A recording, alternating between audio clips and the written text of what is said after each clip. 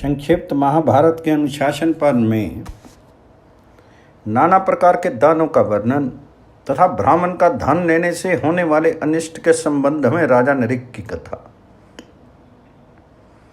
युधिष्ठिर ने पूछा, मैंने अन्नदान की विशेष प्रशंसा सुनी। अब जल दान करने से कैसे कैसे महान फल की प्राप्ति होती है, इस विषय को मैं विस्तार के साथ सुनना चाहता हूँ। तब भीष्म जी ने कहा, राजन, मनुष्य अन्नदान और जल दान करके जिस महान फल को पाता है उसका वर्णन करता हूँ, सुनो। कोई भी दान अन्नदान से बढ़कर नहीं है। समस्त प्राणी अन्न से ही जीवन धारण करते हैं, इसलिए संसार में अन्न को ही सर्वोत्तम बताया गया है। अन्न से ही प्राणियों के तेज और बल की वृद्धि होती है। अतः प्रजापति ने अन्न के दान को ही सर्वश्रेष्ठ बतलाया है। पूर्व काल में महाराज शिवी ने कबूतर की रक्षा के लिए अपने प्राण देकर जिस गति को प्राप्त किया था, ब्राह्मण को अन्न दान करने से भी वही गति मिलती है। किंतु अन्न की उत्पत्ति जल से ही होती है। पानी के बिना कुछ भी नहीं हो सकता। ग्रहों के स्वामी भगवान सोम भी जल से ही प्रकट हुए हैं। अमृत, सुधा, सौधा, अन्न, औषधि, तृण और लताएं भी जल से ही उत्पन्न होती हैं, जिनसे देहधारियों के प्राणी की पुष्टि होती है। देवताओं का अन्न अमृत, नागों का अन्न सुधा, पितरों का अन्न सधा और पशुओं का अन्न तृणलता आदि है। मनीषी पुरुषों ने अन्न को ही मनुष्यों का प्राण बतलाया है, किंतु सब प्रकार का अन्न जल से ही उत्पन्न होता है। अतः जल दान से बढ़कर कुछ भी नहीं है। जो मनुष्य अपना कल्याण चाहता है उसे प्रतिदिन जल का दान करना चाहिए। ये धन, यश और आयु को बढ़ाने वाला है। जलदाता पुरुष की समस्त कामनाएं पूर्ण होती हैं और जगत में उसकी सनातन कीर्ति का विस्तार होता है। वह पापों से मुक्त होकर मरने के पश्चात अक्षय आनंद का अनुभव करता है। युधिष्ठिर ने कहा, तिल दान, दीप दान और वस्त्र दान का महत्व मुझे फिर से बतलाइए। तब भीष्म जी ने कहा, राजन, दीप दान करने वाला मनुष्य अपने पितरों का उद्धार कर देता है। इसलिए देवता और पितरों के उद्देश्य से सदा दीप दान करते रहना चाहिए। इससे अपने नेत्रों का तेज बढ़ता है। रत्न दान का भी बहुत बड़ा पुण्य होता है। जो ब्राह्मण दान में रत्न लेकर उसे बेचकर यज्ञ करता है, उसके लिए वह प्रतिग्रह भयदायक नहीं होता। यदि ब्राह्मण किसी दाता से रत्न दान में लेकर उसे ब्राह्मणों को बांट देता है तो उस दान के देने और लेने वाले दोनों को ही अक्षय पुण्य होता है। जो पुरुष स्वयं धर्म मर्यादा में स्थित होकर अपने ही समान स्थिति वाले ब्राह्मण को दान से मिली हुई वस्तु दान करता है, उन दोनों को अक्षय धर्म की प्राप्ति होती है। यह धर्मज्ञ मनु का वचन है।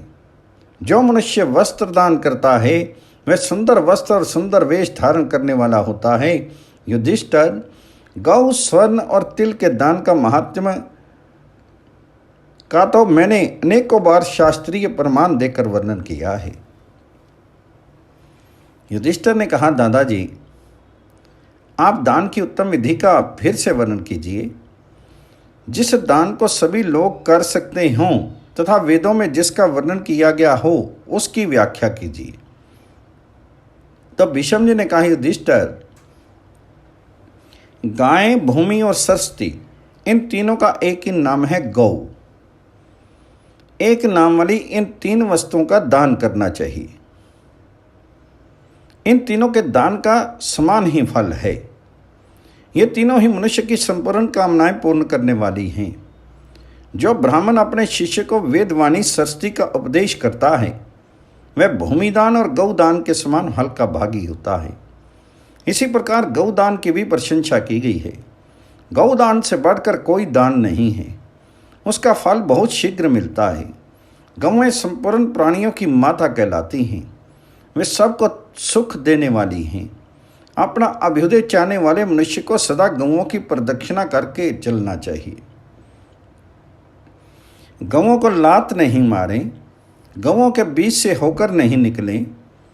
वे मंगल की आधार बहुत देवियां हैं। उनकी सदा ही पूजा करनी चाहिए। बुद्धिमान पुरुष का उचित है कि जब गौएं स्वच्छंदतापूर्वक चल रही हों अथवा किसी सुने स्थान में बैठी हों तो उन्हें तंग नहीं करे।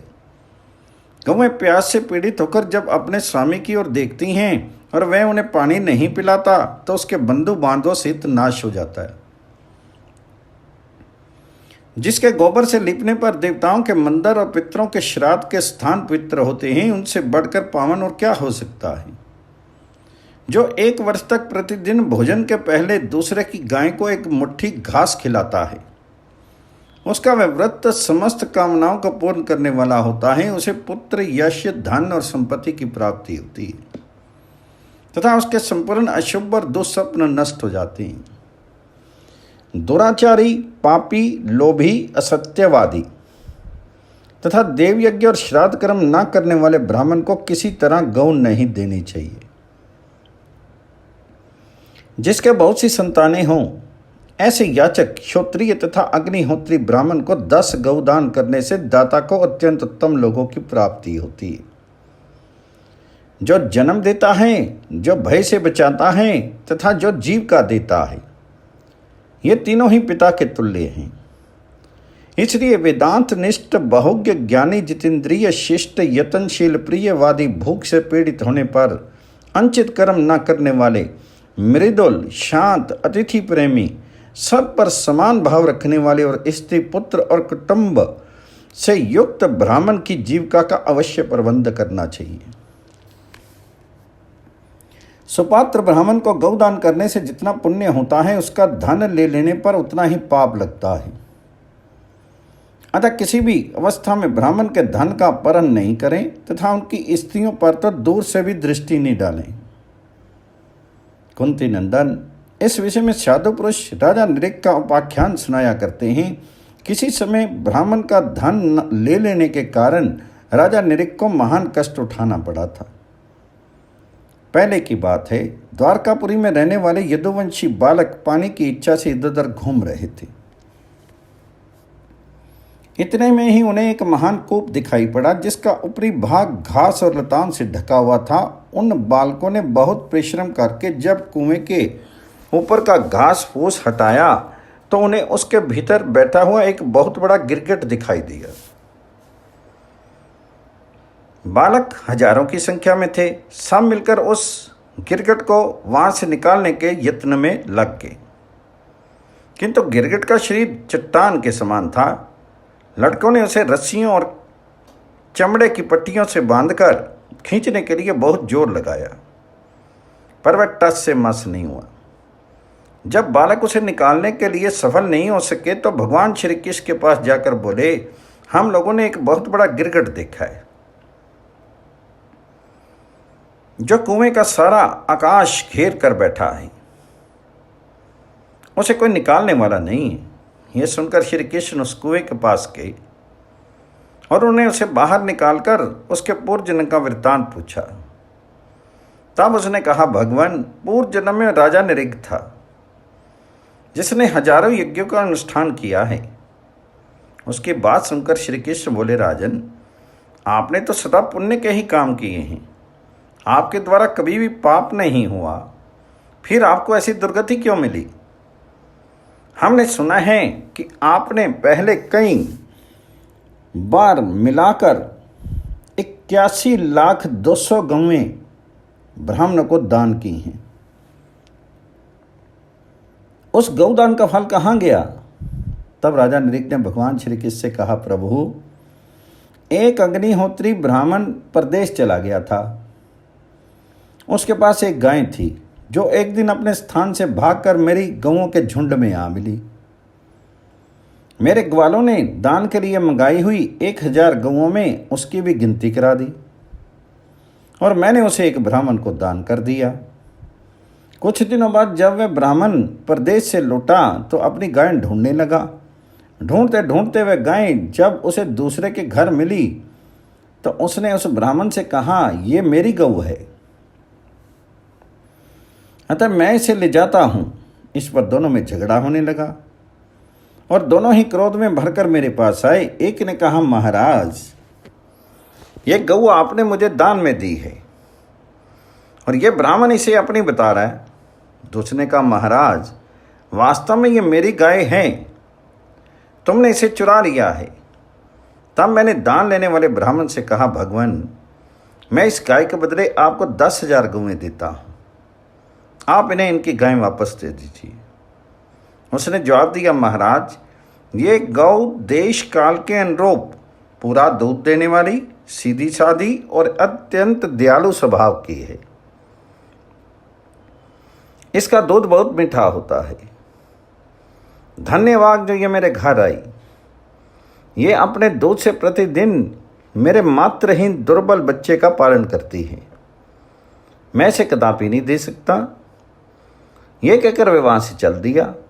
तब मैंने दूसरे ब्राह्मण से प्रार्थना की, भगवान आप इसके बदले में 1,00,000 गऊ ले लीजिए। वह बोला, महाराज मैं राजाओं का दान नहीं लेता, मुझे तो मेरी वही गऊ शीघ्र ला दीजिए। मैंने उसे सोना, चांदी, रथ और घोड़े सब कुछ देने चाहे, पर वह कुछ न लेकर चुपचाप चला गया। इसी बीच में काल की प्रेरणा से मुझे शीत त्यागना पड़ा और पितृलोक में पहुंचकर मैं यमराज से मिला। उसने मेरा बहुत आदर सत्कार किया और कहा, राजन तुम्हारे पुण्य कर्मों की तो गिनती ही नहीं है, किंतु वो जान में तुमसे एक पाप भी हो गया है। उस पाप को पहले भोग लो या पीछे, जैसे तुम्हारी इच्छा हो करो। तब मैंने धर्मराज से कहा, प्रभु पहले मैं पाप ही भोग लूंगा, इसके बाद पुण्य का भोग करूंगा। इतना कहना था कि पृथ्वी पर गिरा। उसमें ऊंचे स्वर से बोलने वाले धर्मराज की बात कानों में पड़ी, राजन 1000 वर्ष पूर्ण होने पर तुम्हारे पाप कर्म का भोग समाप्त होगा। उसमें भगवान श्री कृष्ण आकर तुम्हारा उद्धार करेंगे और तुम अपने पुण्य कर्मों के प्रभाव से प्राप्त हुए अक्षय लोकों में जाओगे। कुएं में गिरने पर मैंने देखा मुझे तिर्यक योनि मिली है और मेरा सिर नीचे की ओर है। इस योनि में भी मेरी स्मरण शक्ति ने मेरा साथ नहीं छोड़ा था। श्री कृष्ण आज आपने मेरा उद्धार कर दिया, अब मुझे आज्ञा दीजिए, मैं स्वर्ग को जाऊंगा। भगवान श्री कृष्ण ने उन्हें आज्ञा दे दी और वे उनको प्रणाम करके दिव्य मार्ग से स्वर्गलोक को चले गए। उनके चले जाने पर श्री कृष्ण ने इस श्लोक का गायन किया, समझदार मनुष्य को ब्राह्मण के धन का अपहरण नहीं करना चाहिए। चुराया हुआ ब्राह्मण का धन चोर का उसी भांति नाश कर देता है जैसे ब्राह्मण की गौ ने राजा नृग का सर्वनाश किया था। कुंती नंदन, यदि सज्जन पुरुष साधु महात्माओं का संग करें तो उनका वह संग व्यर्थ नहीं जाता।